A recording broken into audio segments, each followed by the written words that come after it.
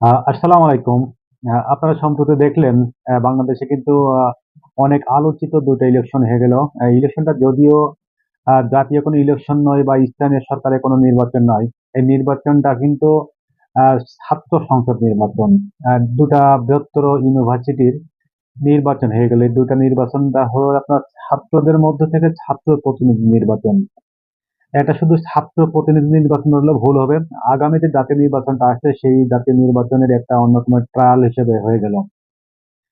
আপনারা জানেন গত ৯ই সেপ্টেম্বর বাংলাদেশের বৃহত্তর একটা ইউনিভার্সিটি এবং আপনার অক্সফোর্ড খ্যাত যেটাকে বলে ঢাকা ইউনিভার্সিটির ডাকসু নির্বাচনটা হলো। সেই ডাকসু নির্বাচনে কিন্তু ২ টি বৃহত্তর রাজনৈতিক দলের ছাত্র প্রতিনিধির পক্ষ থেকে তারা অংশগ্রহণ করেছিল। সেই ফলাফল আপনারা সবাই জানেন যে দেশের কিন্তু একটা আলোচিত নির্বাচন হয়েছে। সেই আলোচিত নির্বাচনে কিন্তু আপনারা জানেন যে বাংলাদেশ ইসলামী ছাত্র শিবিরের যে প্যানেলটি ছিল, পূর্ণাঙ্গ প্যানেল থেকে ২৪ টি প্যানেলে কিন্তু তারা জয়লাভ করেছে। এক কথায় বলা যায় সেখানে কিন্তু একক প্রাধান্য তারা বজায় রেখে তাদের জয়ের ধারাবাহিকতা বজায় রেখেছেন।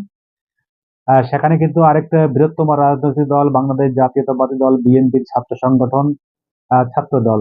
ছাত্রদল তাদের কিন্তু ভরাডুবি হয়েছে এই নির্বাচনে আপনারা জানেন। আর আজ ১১ই সেপ্টেম্বর বৃহস্পতিবার আরেকটা ঐতিহ্যবাহী ইউনিভার্সিটি বাংলাদেশের সেটা ঢাকারই পার্শ্ববর্তী বা ঢাকা কেন্দ্রিক বলা যায় জাহাঙ্গীরনগর ইউনিভার্সিটি। এই জাহাঙ্গীরনগর ইউনিভার্সিটি কিন্তু বাংলাদেশের অন্যতম একটা সেরা ইউনিভার্সিটি। সেখানে কিন্তু ডাকসু নির্বাচন দীর্ঘ ৩৩ বছর পরে সেখানে ডাকসু নির্বাচন হলো আপনারা সবাই জানেন। কিন্তু এই ডাকসু নির্বাচনে ৩৩ বছর পরে যে উৎসাহ উদ্দীপনা নিয়ে সেখানে নির্বাচনটা হচ্ছিল বা নির্বাচনটা অতিবাহিত হলো সেটা কিন্তু খুব একটা সুখকর হয়নি। আপনারা ইতিমধ্যেই বিভিন্ন গণমাধ্যমে দেখতে পেরেছেন।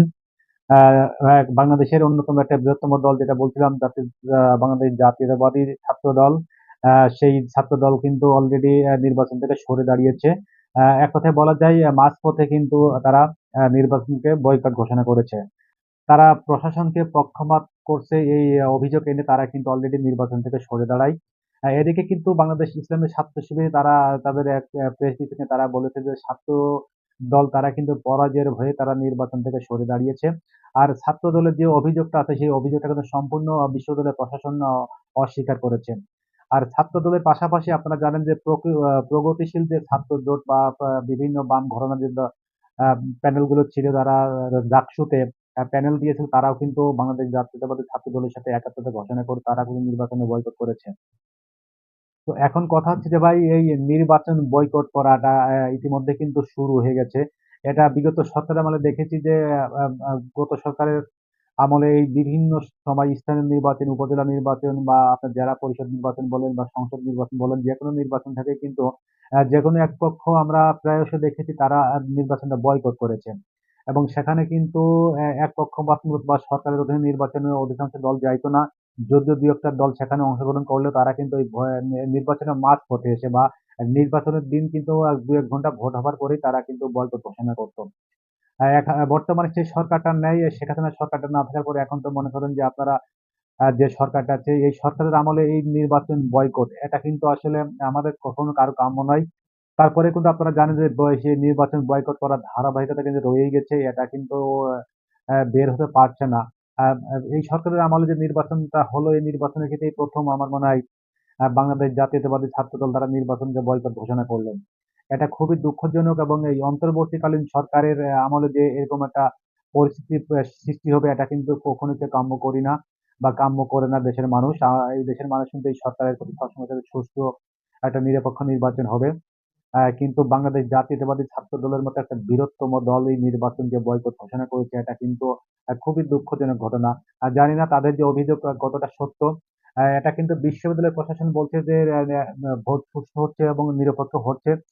তারপরেও কিন্তু জাতীয়তাবাদী ছাত্রদল তারা ভোটকে একঘেয়েমি করা বা প্রশাসনের পক্ষপাতমূলক আচরণ করার কারণে তারা নির্বাচনটা বয়কট করে এবং সেই সাথে, সাথে বিএনপি পন্থী যে শিক্ষকগুলো আছে সেই দলগুলো কিন্তু অলরেডি আপনারা দেখেছেন ছাত্রদের সাথে একাত্মতা ঘোষণা করে তারাও কিন্তু নির্বাচন থেকে সরে এসেছে।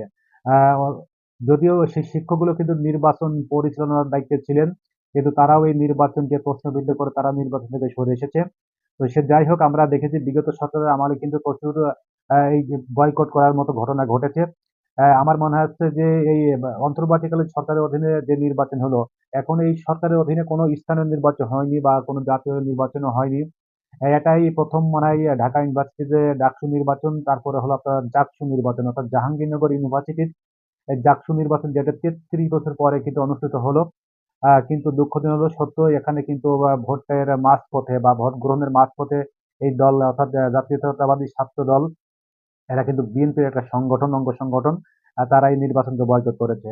তো আ আ দেশের মানুষের একটাই চাওয়া, একটাই কথা যে আসলে এই সরকারের আমলে যদি কোনো নির্বাচন বয়কট হয়, এটা খুবই দুঃখজনক ঘটনা।